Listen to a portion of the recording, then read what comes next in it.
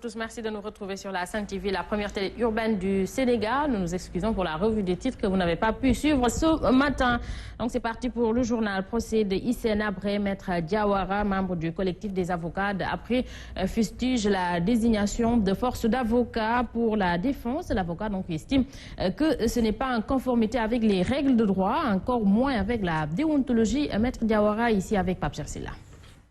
Vous savez, la commission d'office, pour que l'avocat puisse l'accepter, il faut au préalable qu'il aille voir l'accusé pour lui poser la question de confiance. Monsieur l'accusé, le président vient de me désigner pour vous défendre. Est-ce que vous l'acceptez? Si l'accusé le récuse ou refuse que cet avocat ne le représente, il ne doit pas déontologiquement et sur le plan de l'éthique le défendre. Alors nous, la conclusion qu'on tire à tout cela, c'est que peut-être il n'y avait que le maillon de la défense qui pouvait aussi laisser présager un procès juste et équitable. Aujourd'hui qu'on se rend compte que c'est les chambres africaines qui ont choisi leurs juges, qui ont choisi leurs procureurs, eh bien, ils viennent de choisir leurs propres avocats. Les juridictions d'exception ont montré leurs limites dans le Sénégal. Justice, dixit Maître Diawara, avocat à la Cour, pour exemple. Il avance la CREI et ses dossiers, mais surtout le procès de son client. Il s'est navré donc devant les chambres africaines extraordinaires. Le juge ici avec, plutôt l'avocat ici avec Pape Chersila. La justice ne s'accommode pas d'à peu près. Soit on fait la justice selon les standards, soit on ne peut pas le faire. Et dans le cas d'espèce, on a quelques petits problèmes. Si vous voyez bien, on nous accuse sur la base d'un travail qui a été fait par Human Rights Watch, qui a été fait par la FDIH, et le livre blanc que Déby avait fait après son coup d'État contre le président Hissène Habré. Et vous voyez les statuts de la Chambre, ils disent que ces documents constituent des pièces de procédure, des éléments de procédure, c'est-à-dire des documents sur lesquels on peut puiser des accusations. Et malheureusement, nous qui sommes accusés par ces documents, on n'a aucun moyen pour s'attaquer à l'authenticité ou à la véracité de ces documents. Baccalauréat 2015, les cas de tricherie décelés à Pikine et Guédiawaye, prétexte pour recueillir l'avis d'un sociologue qui, selon Ali Roudja Diaw, le phénomène de la tricherie de manière générale est très fréquent au point de devenir banal dans la société sénégalaise et dans les écoles pour l'obtention des diplômes, et cela est dû au manque d'éducation. Pour donc le sociologue, les parents n'inculpent plus aux enfants les bonnes valeurs. Ali Roudja Diaw ici avec Sodoma Rimgué. La tricherie est devenue un moyen très facile pour accéder à un poste ou bien obtenir des diplômes dont on pense qu'autrement on ne pourrait pas y parvenir. Donc c'est un véritable problème de société. Et encore une fois de plus, ça pose le problème de la responsabilité des parents. Les parents d'aujourd'hui n'ont pas un encadrement pour leurs enfants. Les parents d'aujourd'hui n'inculquent pas à leurs enfants les valeurs de Djom, de Kersa et de Teranga. L'école publique n'a plus de valeur. Les diplômes ne signifient absolument rien. Ce qui prime aujourd'hui dans la mentalité et dans la conscience des Sénégalais, c'est d'avoir de l'argent et tout de suite. En réalité, nos jeunes d'aujourd'hui sont devenus des partisans du moindre effort. Et c'est devenu tellement banal que ça n'offusque plus personne. Or, quand vous trichez dans votre vie et que vous obtenez quelque chose, vous devez avoir honte parce que ce n'est pas le fruit de votre travail. Ce qui fait qu'en réalité, pour nous Sénégalais, on pense que la tricherie peut devenir un phénomène net. Le projet d'aménagement et de bitumage de la route Joal-Sambadja diffère, y compris la bretelle de Fumla, a été lancé hier par le chef de l'État Macky Sall. Ce projet donc estimé à plus de 11 milliards de francs CFA est financé par la Badia, OFIT et l'État du Sénégal et entend plutôt désenclaver ces différentes communes de la région de Fatick. Le chef de l'État annonce d'autres réalisations routières et a profité de l'occasion pour sensibiliser les chauffeurs à respecter les normes de sécurité. Gorandaklo. Pour relier la ville de Joal à Differ, en passant par Sambadja, le chef de l'État a lancé le projet de bitumage de cette route, un projet estimé à plus de 11 milliards de nos francs, avec un délai d'exécution de 18 mois. Macky Sall entend satisfaire une vieille doléance des populations du Sine. Faciliter l'accès des populations aux services sociaux de base, à travers un réseau de routes et de pistes rurales. Il faudra également développer les échanges économiques en réalisant des infrastructures d'intégration.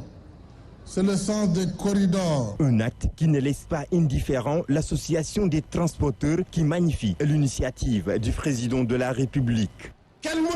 On ne peut pas développer un pays sans infrastructure. Et si le président de la République initie ce projet, nous ne faisons que le féliciter.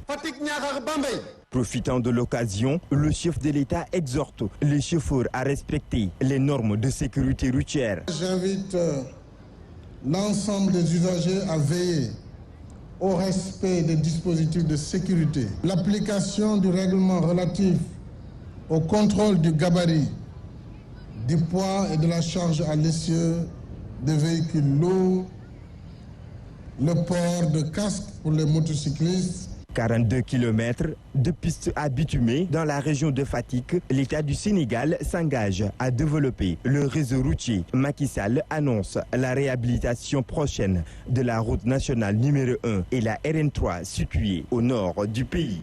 Merci à Gorinda Klo et Baba Diaw. À présent, parlons de l'actualité internationale. Le président burundais Pierre Nkurunziza s'achemine mardi vers un troisième mandat controversé au terme d'une élection marquée par des violences, le boycott de l'opposition et une participation en berne. Le dépouillement donc a commencé, mais les résultats ne sont pas attendus avant jeudi.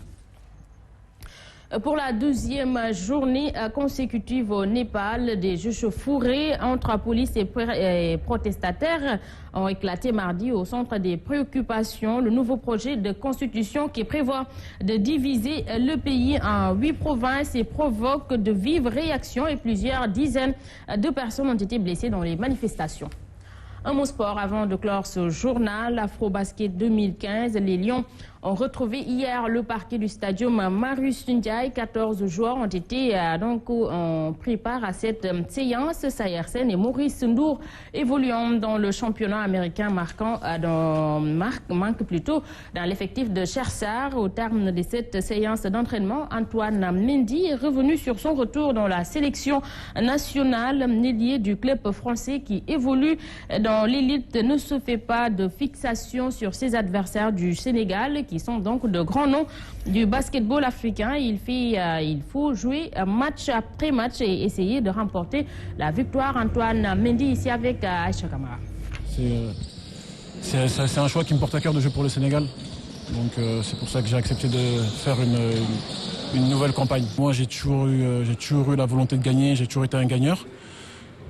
Je sais que dans une carrière de sportif, être bon en saison c'est bien, être bon en Coupe d'Afrique c'est bien, mais les gens se souviennent de quoi? Simplement de ce qui marque l'histoire. Et qu'est-ce qui va marquer l'histoire? C'est simplement si on gagne des titres, c'est les titres qui marquent l'histoire.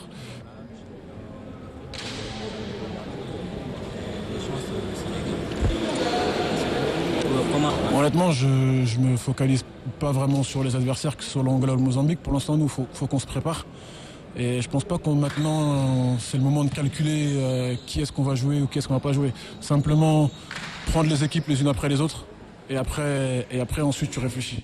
Alors donc Antoine Mendy était ici avec Fatima Silla et pour sa première sélection en équipe nationale, Yanis de Laruelle annonce que son intégration se passe très bien malgré la concurrence au poste de meneur de l'équipe nationale. Le franco-sénégalais souhaite participer à la campagne tunisienne du mois d'août. Suivons donc ses explications ici avec Fatima Silla toujours.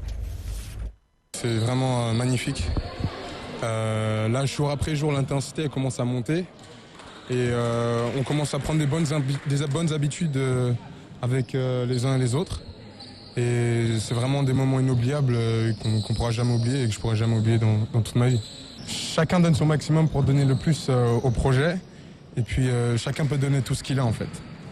Et on s'aide les uns les autres et on reste soudés surtout pour pouvoir faire de cette équipe une équipe meilleure. Ce sont des grands joueurs reconnus dans le Sénégal et aussi dans le monde car ils jouent à de très haut niveau et ça peut être que du bénéfique. Maintenant, il faut qu'on soit tous ici et qu'on joue tous ensemble pour pouvoir se connaître les uns les autres et pouvoir voir nos habitudes, surtout pour l'Afro-Basket 2015. Donc on les attend avec impatience. Voilà, donc c'est ici que nous refermons ce journal. À vous tous, merci de l'avoir suivi. Merci à toute l'équipe technique et l'équipe rédactionnelle qui ont participé à la réalisation. L'info continue sur la Sen TV, 7h30, Mambay Ndiaye. Hermet Adara vous retrouve pour la revue des titres en Wolof, 7h45, c'est le journal. Et tout de suite, restez en compagnie de Sainte-Côte qui s'installe dans Saint-Gym. Quant à moi, je vous donne rendez-vous à 13h pour le flash d'information. Bon réveil matinal à tous et bonne journée.